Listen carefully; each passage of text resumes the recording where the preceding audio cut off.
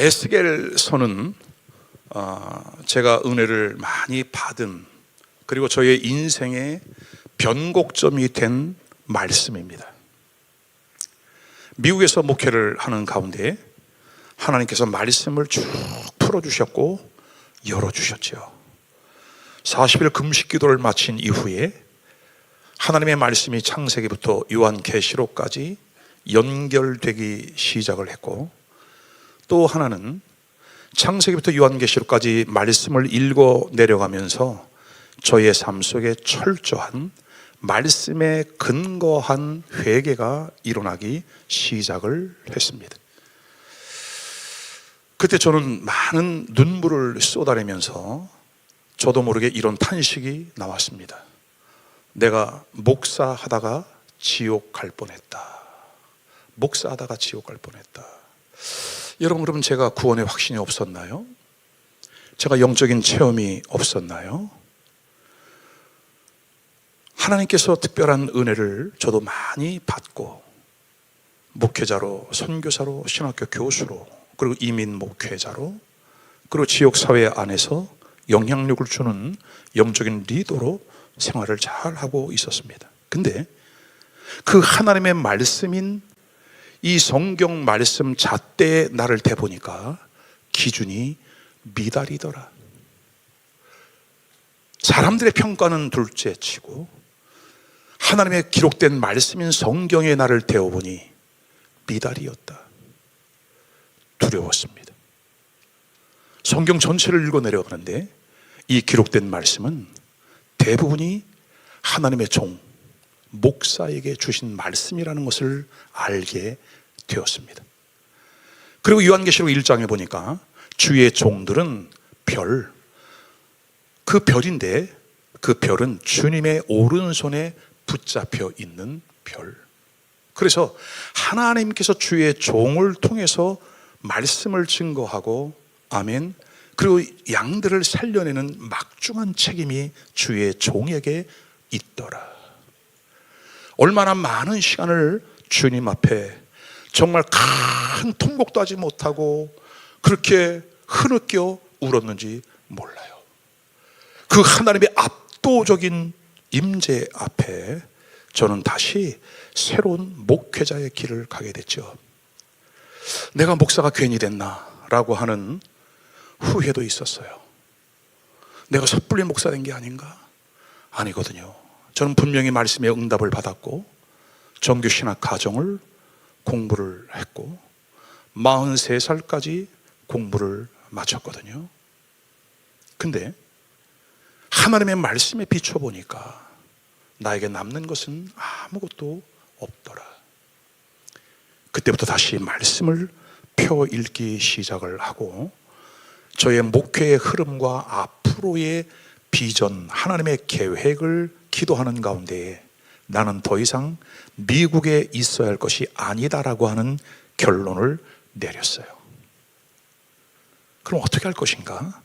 이 마지막 시대는 복음이 동북아시아 시대다. 예루살렘에서 유럽으로, 유럽에서 북미로, 북미에서 아프리카와 아시아로, 그리고 다시 예루살렘으로 돌아가게 되면 이제 주님이 오시게 되는데, 그 주님이 오시는 길을 준비하는, 예수 그리스도의 재림을 준비하는 그 주님의 왕의 대로, 킹스 하이웨이가 바로 이 동북아시아다. 동북아시아는 나는 다시는 한국에 올 계획이 없었던 나의 조국 대한민국이 포함되어 있었죠. 그때 저는 다시 한번 장기간 금식을 하면서 기도합니다. 하나님, 말씀을 주십시오. 말씀을 주십시오.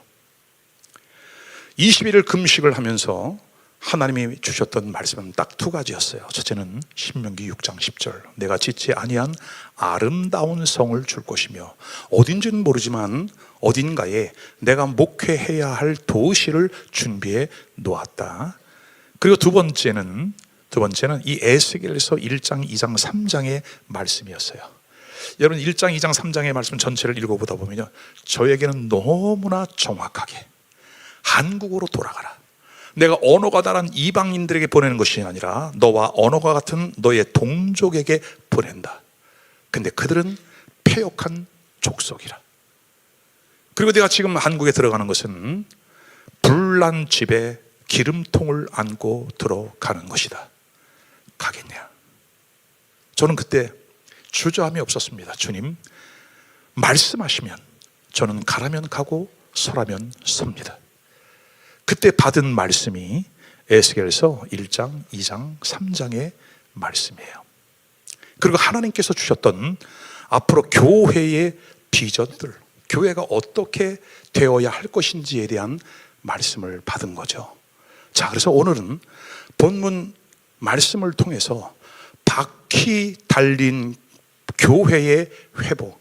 여러분, 교회가 바퀴가 있어요.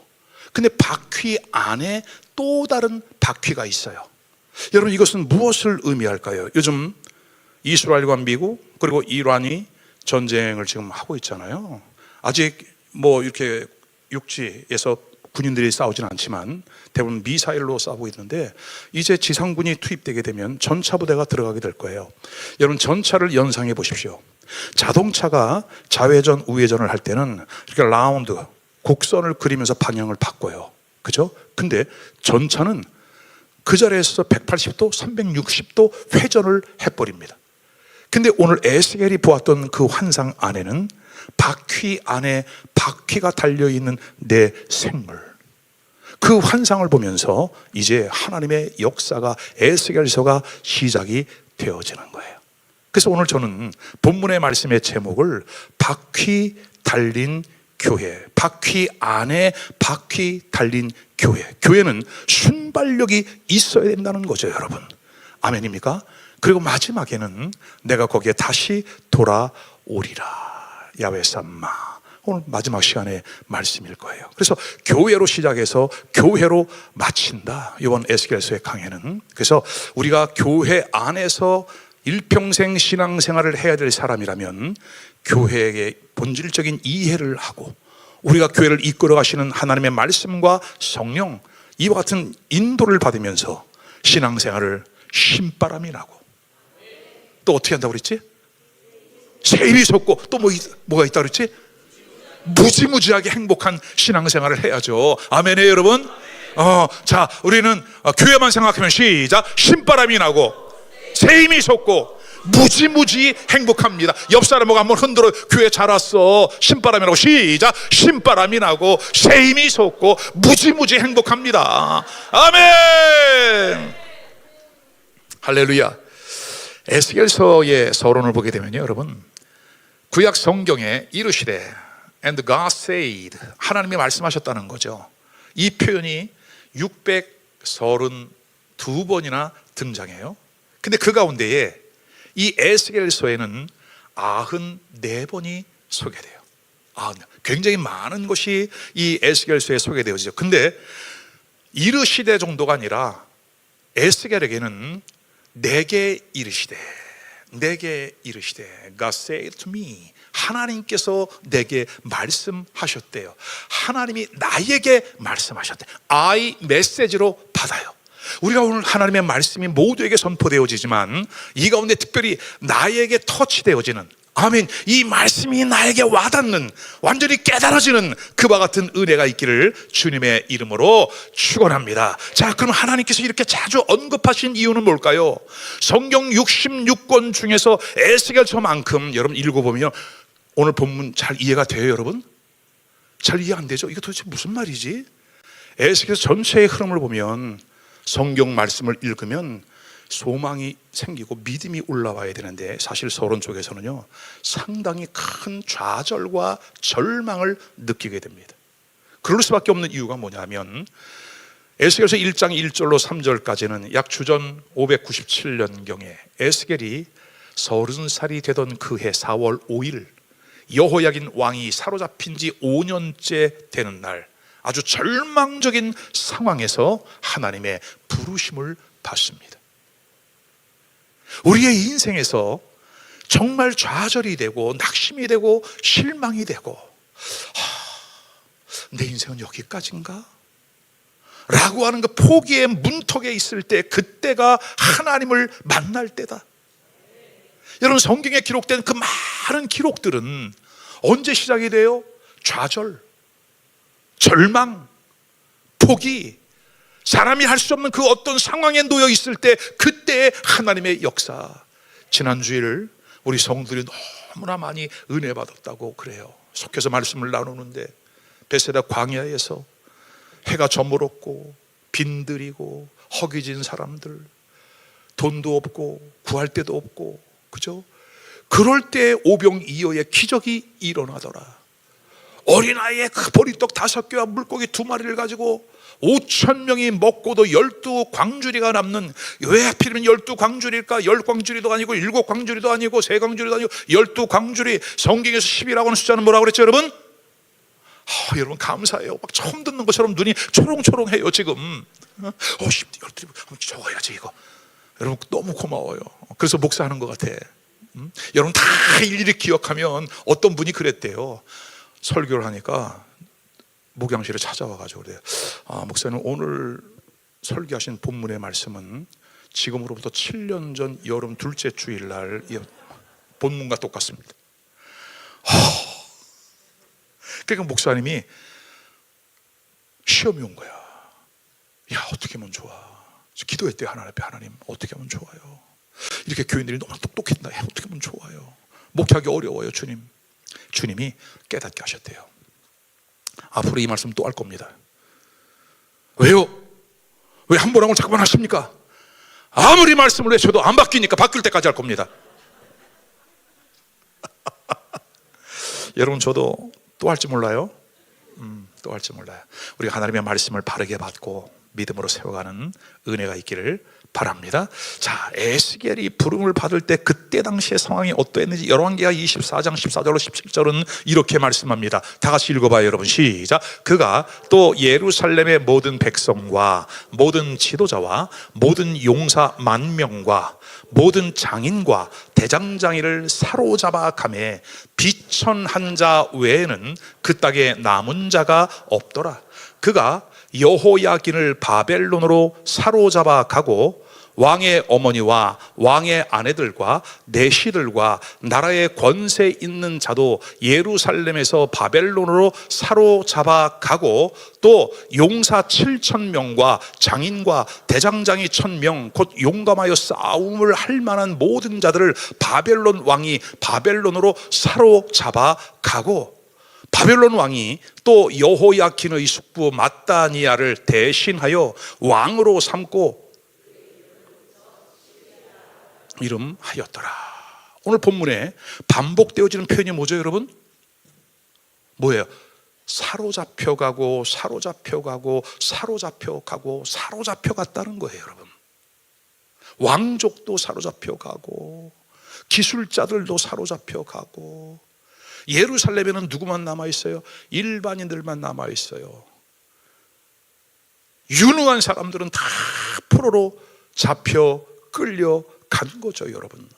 어떻게 보면 오늘 이 시대를 살아가는 우리도 사로잡혀 있는 거예요. 물질에 사로잡혀 있고, 질병에 사로잡혀 있고, 마음의 눌림에 사로잡혀 있고, 악한 사단 마귀에게 사로잡혀 있는, 그래서 무언가를 해야 하는데 아무것도 하지 못하게 옴싹달싹하지 못하도록 만들어 놓고 있는 악한 사단 마귀에게 잡혀 있는. 자, 그러나 그 절망 너머에 우리 하나님은 에스겔을 통해서 새롭게 말씀하시는 하나님. 따라하십시다. 새롭게 말씀하시는 하나님, 새로운 비전을 주시는 하나님, 회복시켜 주시는 하나님. 그러므로 이와 같은 상황이야말로 하나님을 다시금 새롭게 뜨겁게 깊이 만날 수 있는 하나님의 때요, 은혜의 때임을 믿으시기를 바랍니다. 할렐루야. 첫 번째, 성경의 모든 기적은 절대적인 절망에서 시작했다. 아멘이에요, 여러분. 1절 상반절, 내가 그발 강가 사로잡힌 자 중에 있을 때에 백성들은 포로가 되었고 왕도 포로가 되어 끌려왔어요. 여러분, 절망이에요. 총체적인 난국이에요. 여러분, 우리 민족은 그런 아픔을 겪어봤잖아요. 그저 지난 3월 1일 우리가 3.1절 72주년 기념 예배를 드리면서 지나간 역사를, 근현대사를 조명해 보면서 그 일제가 강점되기 전에 그때 얼마나 많은 일들이 이 조선 땅에 일어났는지, 우리의 주권이 너무 약하다 보니까 중국과 일본이 전쟁하는 전쟁터가 되어지고 왕비가 살해를 당하고 왕은 아간 파천을 당하는 그런 위기와 어려움들을 겪었다는 거죠. 그래서 2절에 보니까 여호와야 기니 사로잡힌 지 5년 그달 초 닷새더라. 여러분, 포로 중에 있는 이들의 삶이 어떠했을까? 저는 전쟁 후 세대죠. 겪어보진 않았어요, 여러분. 근데 저는 역사를 좋아하니까 지나간 역사를 조명해 보면서 많이 울었어요, 여러분. 우리의 형들이 전쟁터에 끌려가고 우리의 누이들이 끌려가서 강간을 당하고 우리의 형들이 총알바지가 돼서 무참히 죽어가고 우리 백성들은 수탈을 당하고 이름을 강제로 바꿔야 했고 한국말을 쓰지 못해야 됐고 그렇게 가난하고 어려웠던 시절들. 자, 오늘 에스겔의 시대는 포로 생활이 얼마나 힘들고 어려웠는지 그 애환을 노래로 표현한 것이 시편 137편이에요, 여러분. 자, 1절에서 3절까지를 제가 쉬운 성경 버전으로 찾아봤습니다. 우리 같이 한번 읽어봐요, 여러분. 바벨론의 강가에 앉아 우리는 울었습니다. 우리가 시온을 기억하면서 울었습니다. 우리는 버드나무 위에다 수금을 걸어 놓았습니다. 이는 우리를 잡아온 자들이 우리에게 노래하라고 시켰기 때문입니다. 그리고 우리를 괴롭히는 자들이 기쁨의 노래를 부르라고 했기 때문입니다. 그들은 말했습니다. 시온의 노래 중 한 곡을 불러 보아라. 여러분, 이 말이 뭐냐 하면 이스라엘 백성들이 하나님을 예배했던 백성들이잖아요. 예배하면서 하나님을 찬양했던 백성들이잖아요. 수금을 켜면서 하나님을 예배했던 백성들이 지금 어떻게 됐다고요? 포로로 끌려왔다고요. 그리고 바벨론의 사람들이 지금 이스라엘 백성들에게 뭐라고 한다고요? 야, 노래 좀 불러봐. 노래 좀 불러봐. 니네 그 야훼인지 뭔지 있잖아. 니네 그 수금 치면서 핫하면서 불렀던 그 노래 좀 한번 불러봐. 왜? 우리는 지금 술 좀 먹어야 되는데 분위기 좀 띄워봐. 여러분, 오늘 우리도 찬양을 하면서 너무나 큰 은혜와 감동을 받았지요. 근데 포로로 끌려가니까 야, 니네 그 찬송가 했던 거 있잖아. 그거 그것 좀 한번 해봐. 우리 술 좀 먹게. 얼마나 수치스러운 일인지. 다니엘은 다니엘서 5장 3절에 이렇게 말씀합니다. 여러분, 에스겔이 바벨론의 포로로 끌려갔을 때에 다니엘도 같이 끌려온 사람이에요. 다니엘은 왕궁에서 하나님을 섬겼지요. 왕족으로서. 에스겔은 이스라엘 백성들, 제사장으로서 백성들을 섬겼어요. 그리고 이 에스겔보다 7, 8년 전에 먼저 예언 활동을 한 사람이 예레미야예요. 예레미야는 유다에 남아있는 백성들, 좌절과 고통과 어려움 속에 남아있는 그들을 대상으로 하여 예언 활동을 한 거예요. 가만히 생각해 보세요, 여러분. 이 국가적인 위기와 어려움을 만났을 때에 너무나 훌륭한 하나님의 종들을 하나님이 보내셨다는 거예요. 에스겔을, 다니엘을, 그리고 예레미야를 통해서 이 백성들이 회개하고 돌아올 길을 주님이 예비해 놓으셨다. 자, 다니엘서의 5장에 보니까 이렇게 말씀합니다. 이에 예루살렘 하나님의 전 성소 중에서 취하여 온 금 기명을 가져오매. 기명이 뭐예요, 여러분? 기명은, 금 기명은 하나님의 성전을 섬기는 데 사용되어지는 그릇이에요, 그릇. 근데 이 성전에 사용되는 그릇은 다 뭐로 만들었어요? 금으로 만드는 거예요. 그러니까 성전을 섬기던 그 기명들을 이들이 탈취하여 간 거죠. 그리고 왕이 자, 금그릇을 가져와라. 유대인들이 성전을 섬길 때, 하나님을 예배할 때 그들이 사용했던 그 금그릇 다 갖고 와라 명령을 하니까 그 금그릇을 가져왔대요. 가져서 뭐 했어? 그 귀인들과 왕후들과 빈궁들로 더불어 그것으로 마시고, 뭘 마신 거예요? 거기에 술을 따라 마신 거예요. 여러분, 하나님을 예배할 때 사용했던 그 금그릇을 이제는 다 빼앗기고 나니까 이방 사람들의 조롱거리가 되어지고 술을 마시는 그릇으로 이런 엄청난 수치를 당하게 되었다는 거죠. 여러분, 오늘 이 다니엘서 5장의 이 말씀을 우리는 이렇게 해석할 수도 있어요.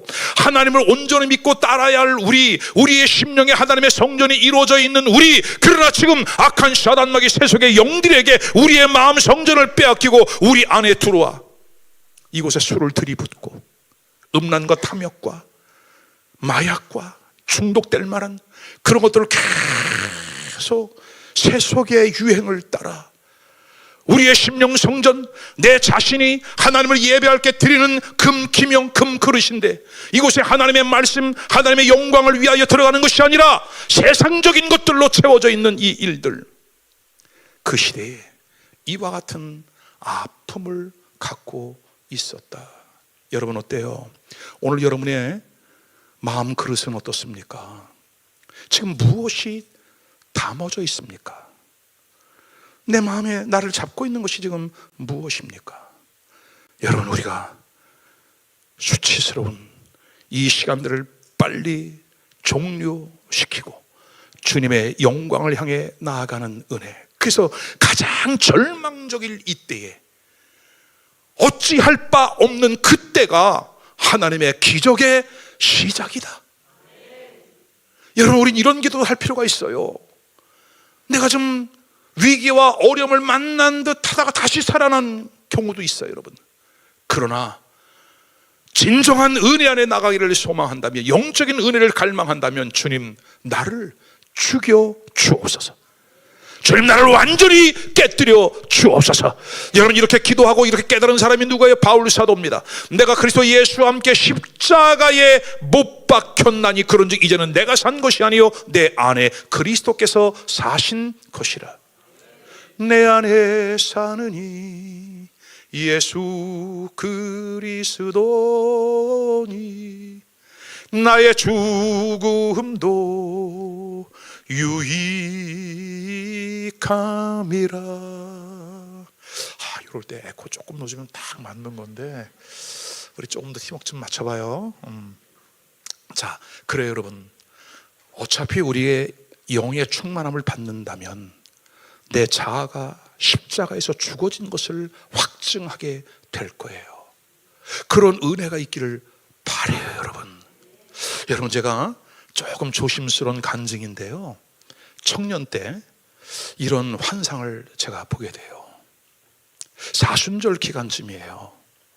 하나님 앞에 그 십자가를 묵상하면서 기도를 쫙 드리고 있는데 저만치 십자가에 달리신 예수님이 그 저에게 클로즈업이 되어서 쫙 가까이 오는 거예요.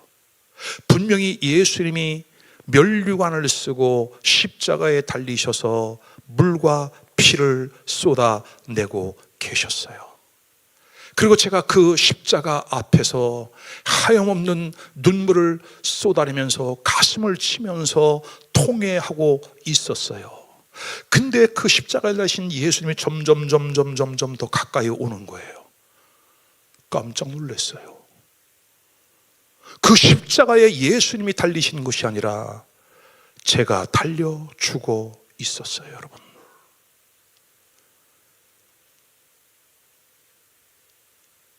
잊지 못할 예수 그리스도 십자가와 저의 개인의 삶이 오버랩이 되어지는 초신자 때였기 때문에 나중에 성경을 쫙 읽어 내려가는데 보니까 예수 그리스도와 함께 우리는 십자가에 못 박혔다.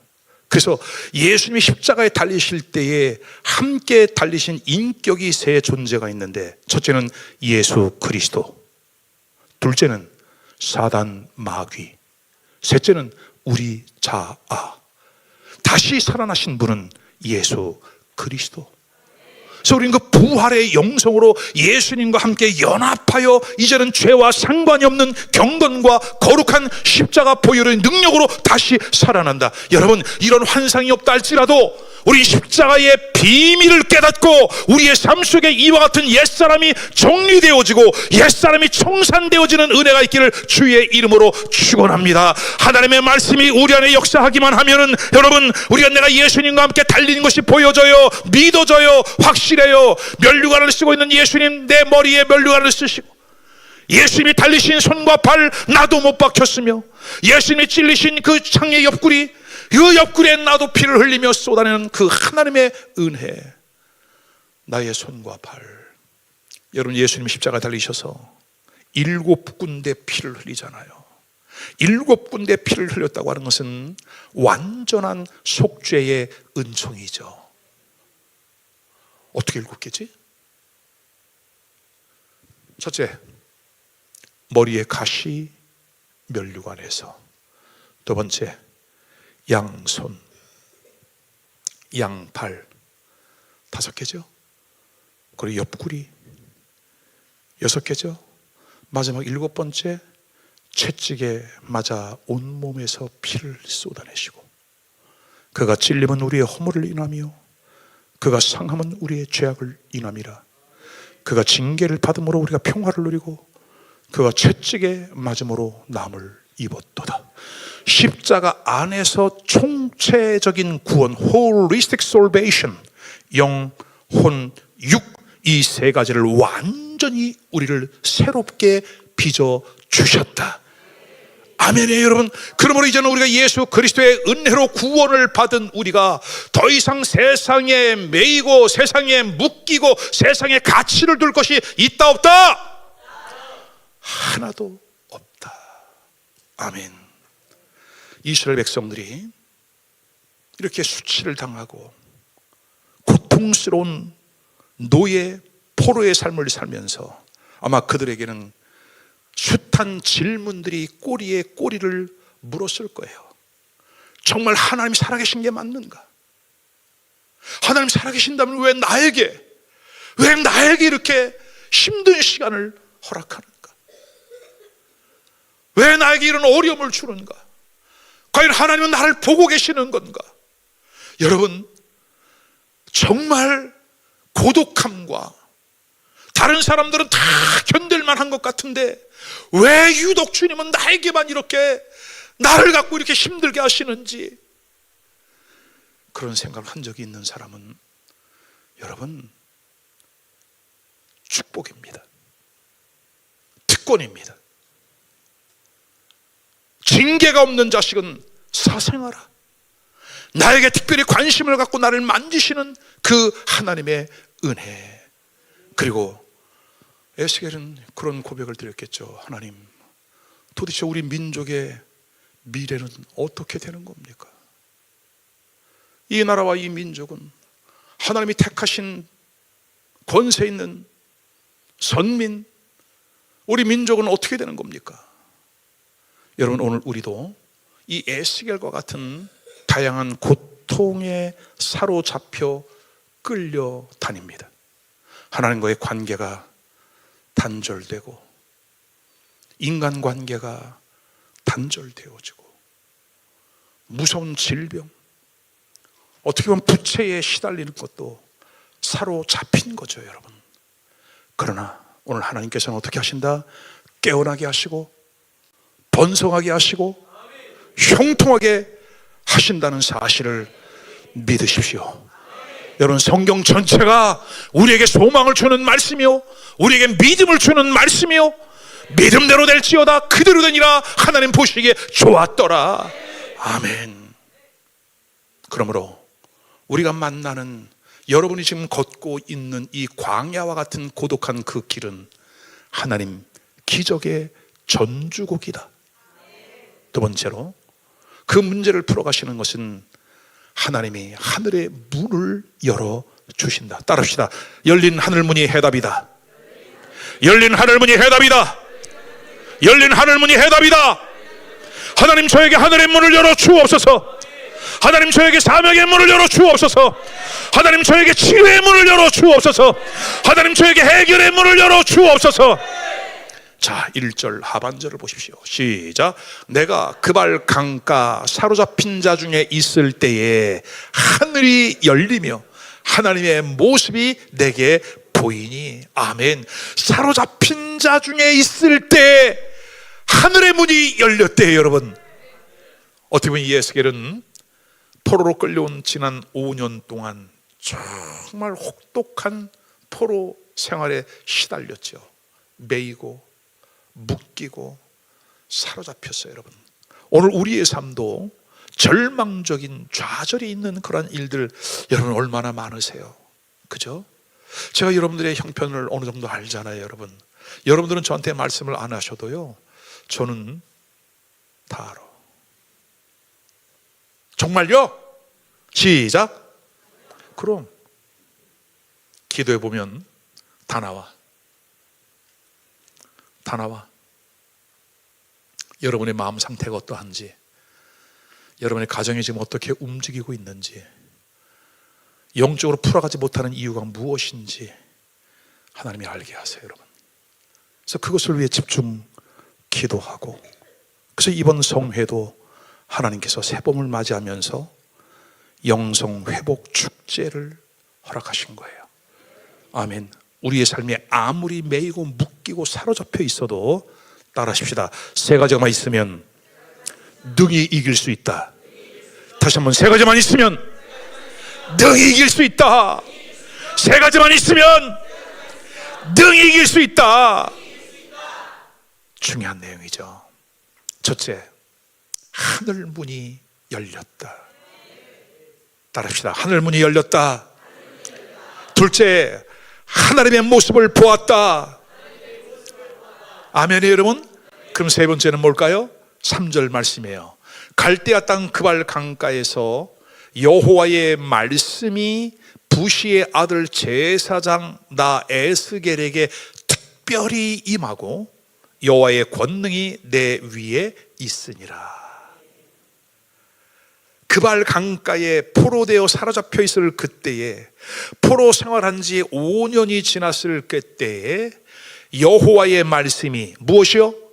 여호와의 말씀이 누구에게요? 부시의 아들 제사장 나 에스겔에게. 그러니까 제사장, 에스겔은 제사장의 가문이라는 거죠. 아버지도 제사장이었고 이제 에스겔도 하나님 앞에 제사장으로 부름 받는 장면이에요. 근데 부시의 아들 제사장 나 에스겔에게 하나님의 말씀이 어떻게 임했대요?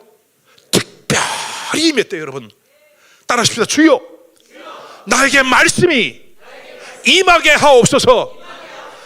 말씀이 임하게 하옵소서. 아니, 말씀이 그럼 여러분 특별히 그렇게 하셔야죠. 주여, 말씀이, 그렇죠, 말씀이 특별히 임하게 하옵소서. 아멘. 말씀이 임하였더니 거기에 뭐가 따라왔다? 여호와의 권능이 따라왔다. 말씀이 따라오고 여호와의 권능이 따라왔다. 아멘. 그러므로 여러분, 그 엄청난 고난의 시대에, 절망적인 시대 세 가지. 첫째, 하늘의 문이 열렸고, 두 번째, 하나님을 보았고, 세 번째, 하나님의 특별한 말씀과 함께 여호와의 권능이 따라왔다. 할렐루야. 여러분, 굉장히 중요한 내용이, 다시 한번 따라합시다. 하나님의 말씀이 임하고 하늘의 문이 열리고 하나님의 임재를 경험했다. 다시 한번, 하늘의 문이 열리고 하나님을 보았고 특별히 말씀이 임했다. 아멘이에요. 여러분, 이 세 가지만 있으면 상황 종료입니다. 아멘입니까 여러분? 하나님은 이번 성회를 통해서 우리에게 이렇게 말씀해 주시는 줄로 믿습니다. 마음의 문을 여셔야 돼요. 마음의 문을 여시고 주님을 깊이 내가 새롭게 뜨겁게 만나리라. 아멘. 오늘 여러분들의 마음을 하나님의 성령이 터치해 주시는 분도 있고, 아직은 내가 그 정도 연계가 되지 않아서 조금 어렵게 느껴지는 분도 없지 않아 있을 거예요. 염려하지 마십시오. 염려하지 마십시오.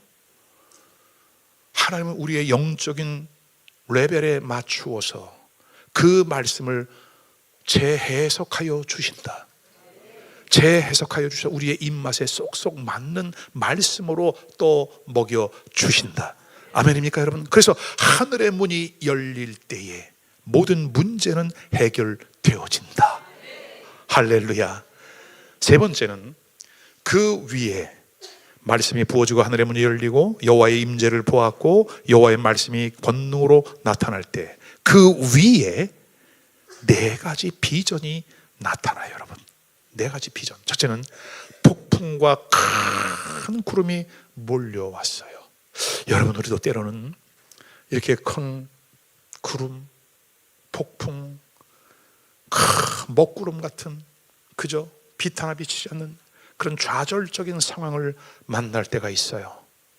두 번째는 5절에 사람의 형상이기는 한데 조금 기괴한 내 생물의 형상을 보게 됩니다. 그리고 16절에는 오늘 설교의 제목이죠. 바퀴 안에 또 다른 바퀴가 있는 그런 비전을 보게 되었습니다. 그리고 마지막 28절에 보면은 그 사방 광채의 모양은 비 오는 날 구름에 있는 무지개 같으니 이는 여호와의 영광의 형상의 모양이라. 무지개를 보았어요. 여러분, 무지개는 뭐죠? 영적으로 해석하면 언약이죠. 무지개는 뭐죠? 말씀이죠. 아멘입니까 여러분? 그래서 첫 번째 사람의 형상을 한 내 생물. 이 그림을 그냥 구글을 해서 계속 찾아본 거예요 여러분. 왜냐하면 이 그림을 봐도 우리가 잘 이해할 수 없어. 그러나 에스겔이 환상 중에 이렇게 내 생물, 사람의 모양을 가졌으나 내 생물의 모습을 보게 된 거죠. 10절 말씀입니다. 10절 말씀 시작. 그 얼굴들의 모양은 넷의 앞은 사람의 얼굴이요, 넷의 오른쪽은 사자의 얼굴이요, 넷의 왼쪽은 소의 얼굴이요, 넷의 뒤는 독수리의 얼굴이니. 사람의 모양인데 네 가지 형상을 가지고 있더라. 여러분, 이것은 우리가 신약 성경에서 해석을 할 때 성경 해석학자들은 이것을 사복음서로 해석을 합니다. 인자, 사람의 모양, 마태복음, 사자, 마가복음, 또 누가복음, 종, 그리고 독수리의 복음, 요한복음. 역사를 움직여 가시는 그 하나님은 지금도 우리에게 변함없는 말씀으로 역사를 이끌어 가신다. 아멘이에요. 사람은 피조물 중에 가장 지능이 뛰어나죠. 아멘. 가장 지능이 뛰어나요 여러분. 인자예요. 사자는 용맹스러워요. 소는 충성의 대표적인 짐승이에요. 독수리는 영광이에요. 공중을 나는 새예요. 이해가 되시죠 여러분? 그리고 이들은 성령의 인도를 받으면서 아주 일사불란하게 움직이더라. 자, 11절과 12절을 보겠습니다. 시작. 그 얼굴은 그러하며 그 날개는 더럽혀서 각기 둘씩 서로 연하였고 또 둘은 몸을 가렸으며 영이 어떤 쪽으로 가면 그 생물들도 그대로 가되 돌이키지 아니하고 일제히 앞으로 곧게 행하며. 여러분, 이 11절의 말씀을 보니까 날개가 6개예요. 그죠? 2개는 날고 2개는 가리웠어요. 준비되어 있어요 여러분.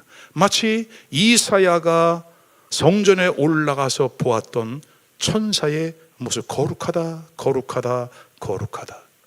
영광스러운 천사의 그 임재를 보게 된 거죠 여러분. 자, 그럼 이 네 생물들은 하나님의 성령이 중요한 거예요. 그 형상이 기이한 게 중요한 것이 아니라 이 네 생물이 하나님의 성령이 어디로 가시든지 그대로 따라가더라 이거예요.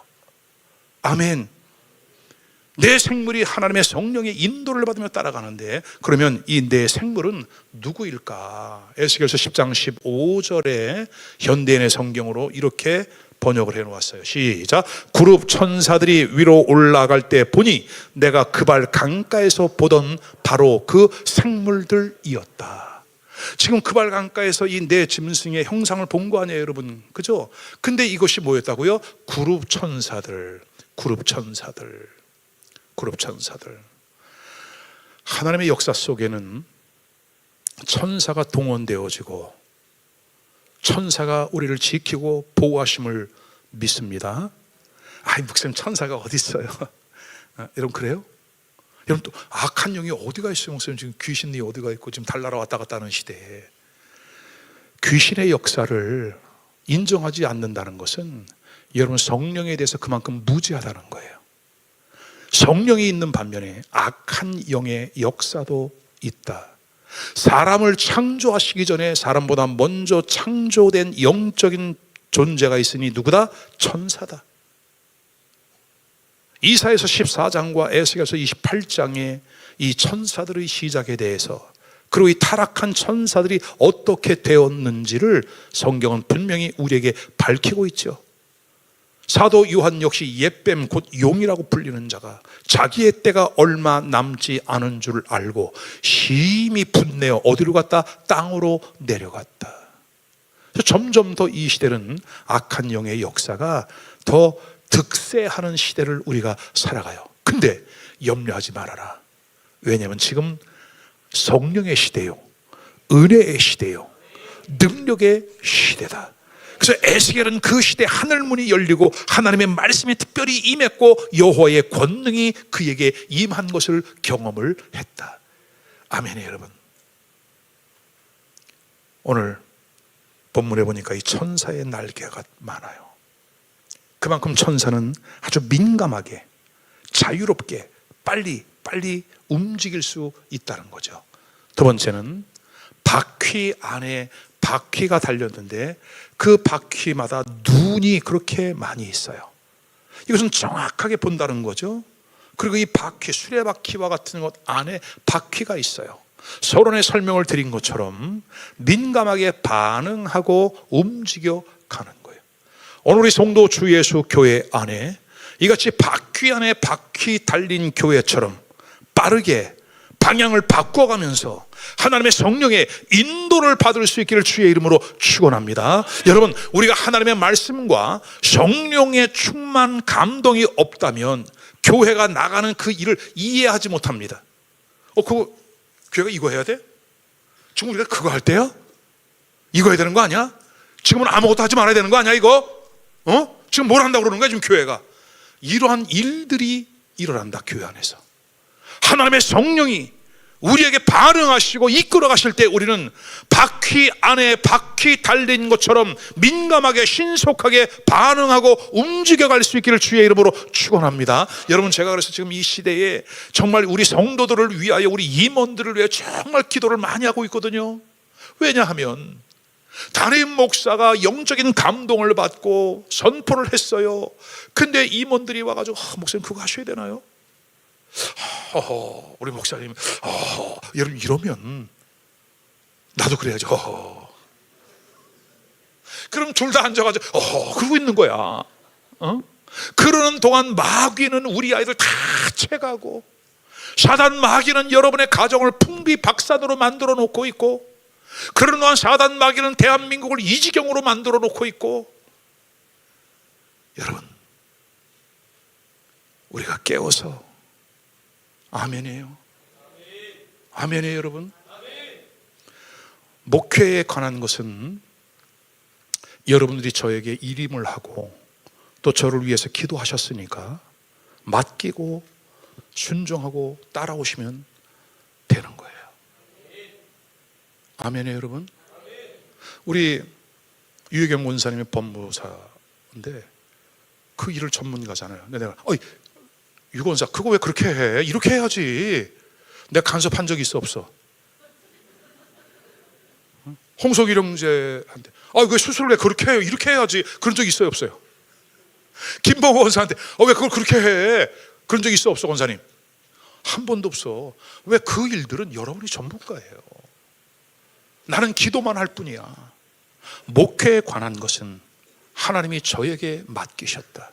그러면 여러분들은 주의 종을 위하여 기도하고, 사가랴가 반차를 따라서 성소 안에 들어가서 집례할 때 백성들은 밖에서 기도하고, 아멘, 주의 종이 감동을 받고 선포하고 그 일들을 추진해 갈 때는 여러분 저도 깊이 기도하고, 그리고 말씀으로 컨펌을 받고, 그리고 어떤 것은 리컨펌 계속 확인 또 확인을 받으면서, 그리고 여러분들과 함께 이 일을 만들어가는 거예요.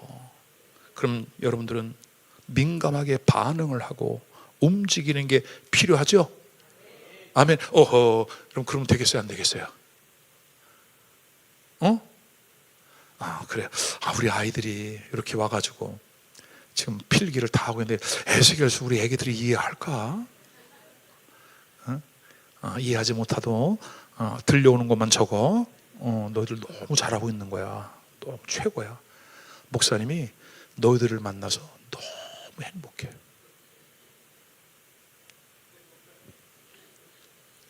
자, 그러면 바퀴 안에 바퀴 달린 교회의 모습은 뭐냐? 첫째, 신속하게 반응하라. 14절이죠. 그 생물들은 번개 모양같이 왕래하더라. 번개처럼 그 생물이 움직인대요, 여러분. 그럼 교회는 비상을 딱 걸고 지금 영혼을 구원하러 가야 됩니다. 비상 딱 걸렸는데, 주여. 근데 우리 교회는 정말 순발력은 아주 훈련이 잘 됐어. 민감하게 반응하고 움직여 가는 거죠. 아멘이에요, 여러분? 아멘이에요? 아마 여러분이 여러분 속도에 맞추면 조금 힘들걸?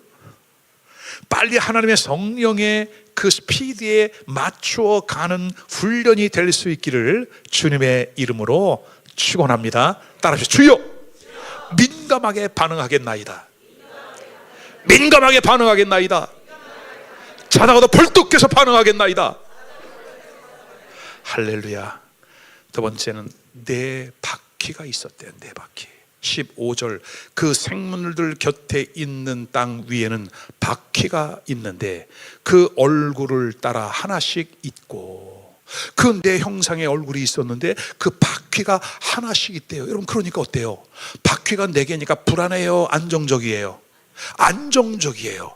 여러분, 그 내 생물이 각자 캐릭터는 다 달랐어요. 근데 바퀴가 있어서 같이 신속하게 움직여 갈 수 있는 거죠. 여러분, 오늘 우리의 신앙도 건강하게 안정하게 균형 잡힌 신앙이 될 수 있기를 주의 이름으로 축원합니다. 네 바퀴예요. 네 바퀴. 마태, 마가, 누가, 요한복음, 하나님의 복음의 말씀을 가지고 여호와의 법궤를 맨 제사장들 네 사람이 꾀를 꿰어서, 뜰채에 꿰어서 법궤를 움직인 것처럼 오늘 우리도 하나님의 말씀과 연합하여 민감하게 반응하고 움직이는 역사가 있기를 주의 이름으로 축원합니다. 아멘.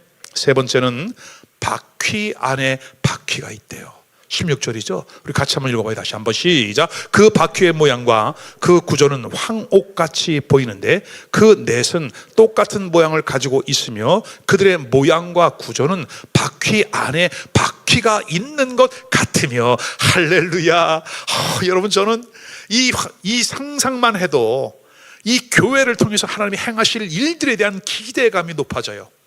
바퀴 안에 바퀴가 있어. 주님이 명령하는 거 좌양 좌 우양 우 뒤로 가 앞으로 가 달려 뛰어서, 그러면 그때는 민감하게 반응하고 촥촥촥촥 움직여 가는 거죠. 여러분, 아멘입니까? 가버나움의 백부장이 하인이 병들어 죽게 되었대요. 예수님께 찾아와서 내 하인이 있는데 집에서 병들어 고통 중에 있습니다. 제발 그를 고쳐주세요. 그랬더니 주님이 가자. 그랬더니 백부장이 이렇게 말하면, 주여, 우리 집 요심을 감당할 수 없나이다. 나에게도 종이 있어. 가라면 가고 서라면 서는데 다만 말씀으로만 명하사 내 종을 깨끗게 하옵소서. 여러분, 우리 주님이 깜짝 놀란 거예요. 내가 유대인 가운데 이 같은 믿음을 가진 자가 없도다. 오늘 주님의 마음을 깜짝 놀래키는 믿음의 성도들이 되기를 주의 이름으로 축원합니다. 따라해봐. 주여, 내가 주님을 놀래키겠나이다. 아멘. 여러분, 그럼 나도 좀 놀래켜 주세요. 나도 좀 놀래켜 줘. 언제 내가 제일 놀랬으면 좋겠어? 여러분, 우리끼리 얘기지만, 그렇지. 새벽 예배에 여러분 나타나면 내가 놀래키려. 우리 제가 엄마가 왔네? 여러분의 이름을 불러가며 기도하잖아. 새벽에 내가 여러분들의 얼굴을 대면하여 보는 것이 여러분, 이 몸의 소망 무엔가? 새벽에 이 정도만 나와도 좋겠어. 1차적으로 이 정도만 나와도, 새벽에 조금만 더 하면 이 정도 될 것 같아요. 여러분, 새벽에 깨웁시다. 아멘이에요, 여러분. 자, 네 번째는 한 방향으로 움직여요. 한 방향으로. 17절, 그들이 갈 때에는 사방으로 향한 대로 돌이키지 아니하고 가면. 바퀴가 네 개인데 각자 가지 않아요, 여러분. 한 방향으로만 움직여요. 오늘 우리도 남녀 노유 다양한 연령대와 우리의 신앙적인 배경이 다 달라요, 여러분. 성향과 기질과 성격도 다 달라요. 그러나 오늘 우리는 하나님의 말씀과 성령의 인도를 받으면서 한 방향으로 움직이는 역사가 있기를 주님의 이름으로 축원합니다. 축원합니다. 아멘이에요, 여러분. 자, 그럼 우리는 이제 결론이에요. 우리는 무엇을 향해서 한 방향으로 신속하게 달려가야 할까? 여러분 혹시 기억납니까? The Man. 지금으로부터 약 5년 전에 코로나 기간, 코로나가 거의 끝나갈 즈음이었죠. 미국 워싱턴 DC에서 KWMC 세계 선교사 대회가 열렸어요. 저도 코로나를 끝난 이후에 세계 선교에 어떠한 판도의 변화가 있을까 상당히 궁금함을 갖고 제가 미국으로 날아갔죠. 미국에서 이제 많은 선교사님들, 선교 전략가들이 발제를 하는데, 그때의 주제가 뭐냐면 선교적인 교회, 선교 지향적인 교회, Missional Church, 선교 지향적인 교회가 그때의 주제였어요. 깜짝 놀랐어요, 여러분. 왜냐하면 저는 그보다 한 20년 전부터 목회를 하면서 우리 교회는 선교 지향적인 교회로 가야 된다, 그렇게 목회 방향을 정하고 가고 있었어요, 저는. 그리고 교회 안에서 이렇게 건물이 잘 준비가 되어지면 한 건물 안에 다양한 민족이 예배하는 Multicultural Ministry, 다민족 목회를 해야 되겠다. 우리는 International Church가 아니라 다민족은 좀 달라요, 여러분. 인터내셔널은 한 장소에 다 모이는 거야. 필리핀 사람, 미국 사람, 뭐 중국 사람, 일본 사람, 뭐 어떤 사람 다 모여서 함께 예배하는. 근데 여러분, 저도 외국 생활 적잖이 했어요. 다 콩가루예요, 여러분. 쉽지 않습니다. 그 민족은 그 민족끼리 모일 때 가장 결속력이 강해요. 그래서 under the one roof, 한 지붕 아래 커뮤니티가 다른 거야. 여기에 중국 사람들 예배, 필리핀 사람들 예배, 여기 아프리카 사람들 예배, 그렇게 해서 그들이 이 한 건물을 같이 쉐어하면서 비전을 나눠 쓰면서 그 리더들하고 저하고 네트워킹을 하는 거죠, 여러분. 리더들하고 전략을 나누기만 하면, 자, 예를 들어 중국 커뮤니티가 중국 선교를 떠난다. 그럼 우리가 함께 같이 가서 힘을 실어주는 거예요. 일본 커뮤니티가 일본으로 선교를 간다. 그럼 우리가 같이 가서 전략을 세우고 그 일들을 만들어 가는 거예요. 여러분, 이게 제가 구상하고 있는 선교적인 교회의 모습이에요. 아멘. 근데 2022년도에 세계 선교사 대회의 주제가 20년도 훨씬 지났을 때에 비로소 선교적인 교회. 저는 너무나 감사했어요. 왜? 그때 하나님께서 저에게 주셨던 교회에 나아갈 방향, 그 비전이 틀리지 않았구나. 그리고 미국에 있는 이민교회의 1세대 목사님들이 이제는 다 은퇴를 하고, 그리고 이제 후임으로 다음 세대 목회자들이 세워졌는데, 놀랍게도 큰 교회의 목사들의 후임이 대부분 선교사 자녀들이 대부분이에요. 선교사 출신 혹은 선교사 자녀들. 그러니까 그 대형 교회가 리더십이 딱 바뀌는 순간 그냥 교회가 저절로 선교 지향적인 교회로 바뀐 거예요, 여러분. 아멘이에요, 여러분. 그래서 교회는 지금 교회는 미셔널 처치, 선교 지향적인 교회로 우리가 방향을 바꿔가지 않으면 안 된다. 왜냐하면 마태복음 24장 14절, 여러분 제가 아프리카의 마사이족 교회도 갔다 왔잖아요.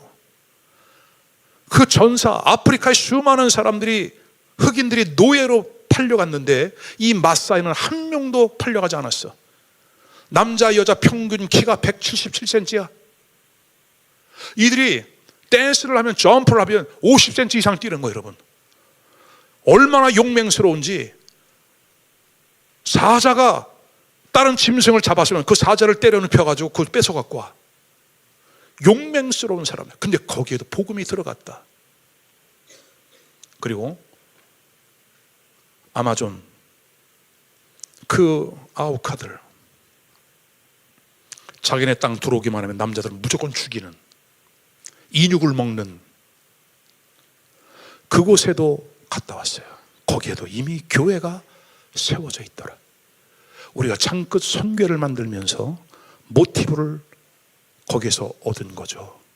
1층 로비에 걸려있는 창이 짐 엘리어트와 그의 친구들이 순교당했던, 창에 찔려 죽었는데 그 창과 똑같은, 지금도 그들은 그 창을 사용해요, 여러분. 제가 충격을 받은 거예요. 마태복음 24장 14절에 천하 모든 민족에게 복음이 전파되어야 하리니 그제야 끝이 오리라. 여러분, 이미 국가 단위는 다 들어갔어요. 북한에도 교회 있어요, 없어요? 있어요. 중국에 있어요, 없어요? 있어요. 이슬람 있어요, 없어요? 여러분, 지금 이란 이고 나면 엄청난 복음의 물결이 또 흘러 들어가게 될 거예요, 여러분. 우리는 하나님의 역사의 흐름을 봐야 돼요. 매스컴에 따라서 우리가 일비하지 말고 하나님의 전체적인 예언의 말씀이 어떻게 풀어져 가고 있는가. 아멘. 다니엘이 기도할 때에 이미 응답을 받았는데 그 응답을 방해한 사람이 있었죠. 누구예요? 바사국군이 방해했다고 그러잖아. 그죠? 이 바사국이 어디예요? 페르시아예요. 페르시아. 파사. 페르시아는 지금 그 후예가 이란인 거예요, 여러분. 다니엘서의 말씀이 풀어져 가고 있는 이 시대에 우리가 살아가고 있다. 여러분들에게 제가 늘 말씀을 드렸죠. 하나님의 타임라인을 말씀을 드리면서 세계 3차 대전은 일어나게 돼 있으니 전쟁 막아달라고 기도하지 말아라. 하나님의 역사가 이 안에서 어떻게 풀어지는지를 우리가 분별하고 우리가 대책을 세워나가는 것이 믿음의 자세인 거지. 왜? 성경의 역사, 하나님의 역사는 말씀대로 계속 정확하게 이어져 왔어요, 여러분. 세계의 역사는 성경의 역사예요. 그러니까 교회가 중요한 거야. 교회가 대세인 거예요, 여러분. 지금은. 그래서 아멘입니까? 하나님이 교회를 통해서 세계를 움직이고 교회를 통해 세계를 살리는 줄로 믿으시기를 바랍니다. 그러니까 교회는 다른 거 하면 안 돼요. 교회는 하나님의 말씀에 깨어 있어야 하고, 말씀과 하나님의 성령의 감동을 받으면서, 말씀을 받은 사람, 성령을 받은 사람은 세 번째 어디로 가느냐? 자연스럽게 기도의 자리에 나아가게 돼 있는 거예요, 여러분. 이것은 어디에 모티브를 얻어요? 성막을 보세요, 여러분. 번제단을 지나서 물두멍을 지나서 성소 안으로 들어갑니다. 성소 안에 들어갔더니 성소 안에는 어때요? 캄캄합니다. 3중 덮개로 덮여 있으면 캄캄해. 제사장은 거기에 들어가서 올리브 기름으로 금초대에 불을 붙여야 돼요, 여러분. 금초대에 불을 붙이면 순간적으로 그 성막 안은 환해지는 거예요. 왜냐하면 이 성막 안은 다 금으로 돼 있어. 다 금으로 돼 있어요, 여러분. 그래서 성령의 불을 붙였다. 그 금초대 맞은편에 뭐가 있어요? 떡상이 있다. 떡상은 6개, 6개, 12개. 그래서 12지파, 12제자, 구약과 신약의 말씀을 상징하는 떡상이 놓여 있다. 그러면 성령의 조명을 받은 금초대가 있고 맞은편에 떡상이 있으면 하나님의 말씀을 받았고 성령의 기름 부음을 받았으면 어디로 가더라? 가운데 가면 뭐가 있어요? 분향단이 있는 거예요. 분향단. 그 분향단에서 제사장이 분향하는 기도를 올려드렸더니 어떻게 한대요? 계시록 5장에 보니까 성도들의 기도가 나오자마자 그것을 금 대접에 담아서 하늘 보좌로 다이렉트로 올라간대. 쫙 올라간대요, 여러분. 그러니까 우리의 기도가 얼마나 중요한지 그 기도를 금 대접에 담아서 아멘, 아멘, 아멘. 나는 윤서진 집사가 목사님 딸기 좀 드세요. 그리고 딸기 닦아서 이렇게 접시에 담아놔도 내가 막 그냥 무릎 꿇고 받으려고 그래. 너무 고맙다고. 근데 하나님이 우리의 기도를 금 대접에 담아서 금대접에 다 쫙 올려요, 여러분. 근데요, 와, 놀랄 준비. 계시록 8장에서는 그 기도가 응답되어 내려오는데 어떻게 내려오더라? 내 손과 번개와 우름 꽉꽉꽉.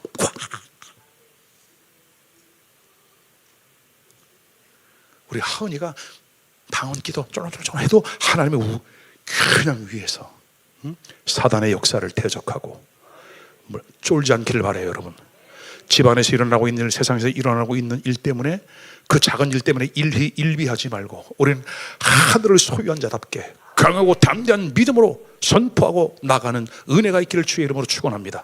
자, 그래서 금초대 성령, 말씀, 떡상, 말씀과 성령이 역사하니까 자연스럽게 제사장이 어디로 나가게 되더라고요? 분향단은 기도잖아요, 여러분. 이렇게 세 가지가 연합되어진 사람들은 어디로 들어간다? 지성소로 들어간다. 지성소에 가니까 뭐가 있다? 법궤가 있다. 그 법궤 안에 뭐가 있다? 법궤 안에 뭐가 있다? 한번더라. 여러분 감사해요. 처음 듣는 것처럼 아주 또랑또랑한 눈빛으로 저를 바라봐줘서.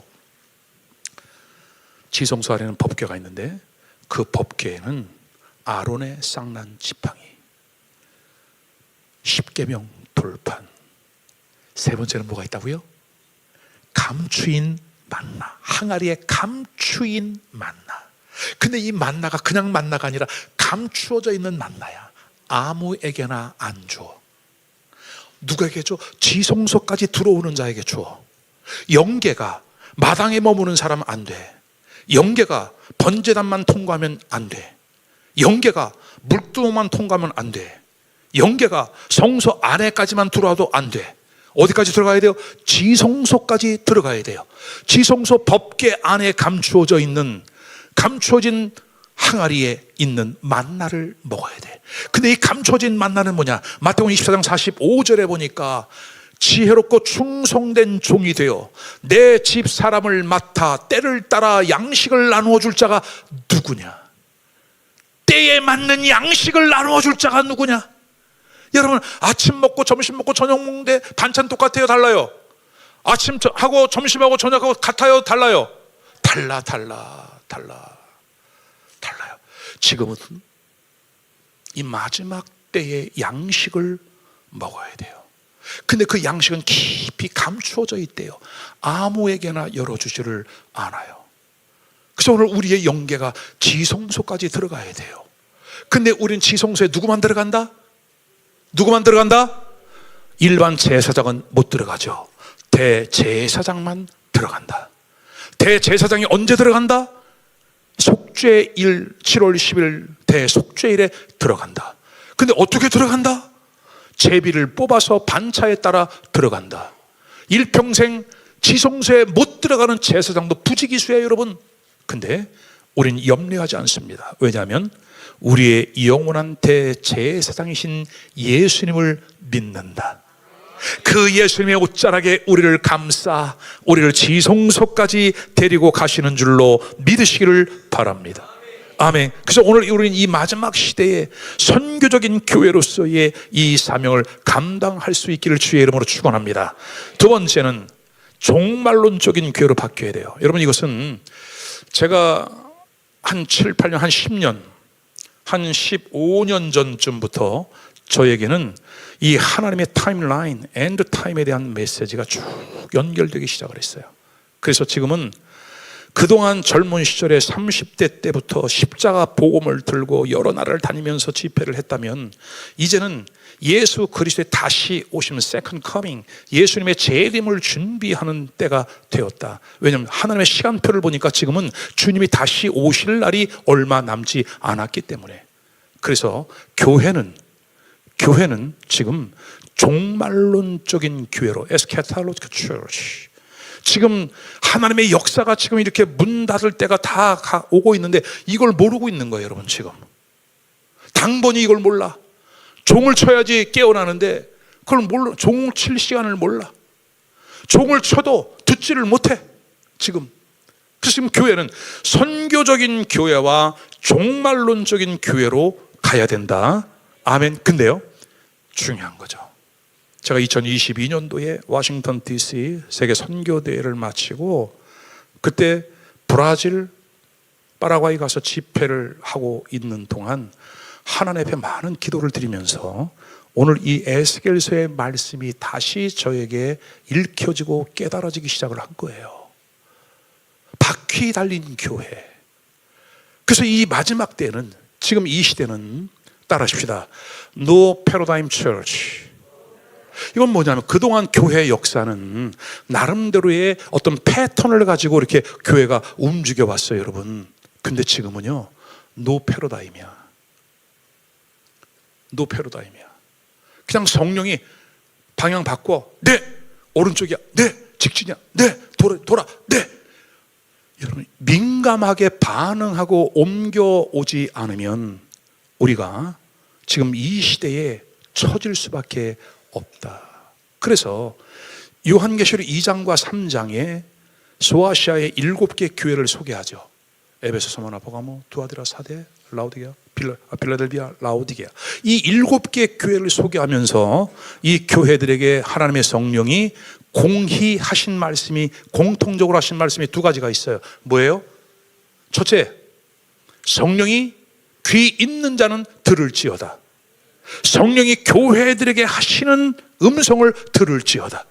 성령이 어디에게 한대요? 교회에게 하시는 음성을 들을지어다. 교회에게 하는 거예요, 여러분. 하나님의 음성은. 그래서 교회가 깨어 있어야 돼요. 두 번째는 끝까지 이기는 자에게는 내가 상을 주리라. 이기는 자의 교회, 이기는 교회가 되셔야 돼요. 패배하는 교회 안 돼. 여러분, 전쟁터에서 져봐요. 여러분, 어떻게 되는가? 진정한 평화는 승리에서 오는 거다. 우리가 영적 싸움도 승리할 때에 나가세 주 예수만을 위하여. 아멘. 나 천사가 온 줄 알았어요. 응? 승리하는 교회. 아멘. 승리하려면 전제 조건이 뭐예요? 성령이 교회들에게 하시는 음성을 들을지어다. 다음에 기회가 되면 하나님의 음성 듣기. 우리는 하나님의 음성을 어떻게 들을 수 있을까? 또 하나님의 음성을 들었다는 사람들을 종종 만나는데 정말 이게 하나님의 음성인지 나의 개인의 목소리인지 혹은 사단이 미혹시키는 그 목소리인지 분별을 못하거든요. 하나님의 음성을 구별하는 법, 하나님의 음성을 듣는 법. 그래서 민감하게 반응하면서 우리가 하나님의 성령과 연합되어진 삶을 살아가야 할 줄로 믿습니다. 자, the man을 비춰주세요. 이 세 가지는 the man, 너는 정관사입니다.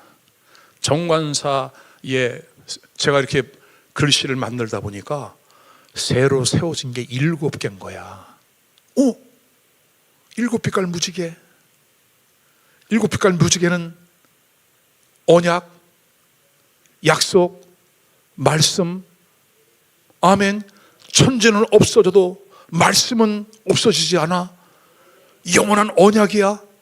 이 마지막 때 또 맨, 예수 그리스도가 한 분이었다면 이제는 맨은 복수잖아요, 여러분. 예수 그리스도를 카피되어진 사람, 예수님과 똑같은 사람, 예수님과 똑같은 가치관을 가지고 나아가는 하나님의 사람들이 세워져야 할 때인 줄로 믿습니다. 성도 주 예수 교회가 이런 사실들을 깨닫고 겸손한 마음으로 이 마지막 시대에 마지막 주자의 사명을 감당할 수 있기를 주님의 이름으로 축원합니다. 축원합니다. 축원합니다. 말씀을 이제 정리합니다. 오늘 에스겔 영성 회복 축제 첫 번째 시간은 이러한 역동적인 교회의 회복이에요. 바퀴 안에 바퀴가 달려있는 교회. 어때요 여러분? 신나겠죠? 그죠? 보병들 걸어다니는데 전차가 그냥 하나님의 성령, 지휘관이신 성령님이 방향 바꿔 촥촥촥촥 바꾸면서 한 방향을 향해서 일사불란하게 적진을 뚫고 나아가고 정복하는 그와 같은 권세와 은혜가 교회 안에 주어져 있음을 믿으시기를 주의 이름으로 축원합니다. 에스겔 시대에는 참으로 암울했던, 캄캄했던 그와 같은 시대였다. 사로잡히고 다 사로잡힌 그러한 시대. 근데 하나님께서 그때 에스겔을 부르시는데 부시의 아들 제사장 에스겔을 불러, 이제는 에스겔, 내일 아침에 이제 말씀이에요 여러분. 에스겔에게 하나님이 특별히 말씀이 임했다잖아요. 말씀을 주세요. 제사장의 신분에서 선지자의 신분으로 하나님이 바꿔주세요. 그러면 오늘 우리도 제사장은 예배하는 자예요. 우리 예배하는 성도의 삶을 살았어요 여러분. 이제는 예언적인 사명을 감당하는 성도가 되셔야 돼요. 선지자의 사명이라고 하는 것은 말씀을 풀어서 설명하는 거예요. 그럼 말씀을 가르치라는 게 아니에요 여러분. 우리는 나가서 복음을 전하는 거예요.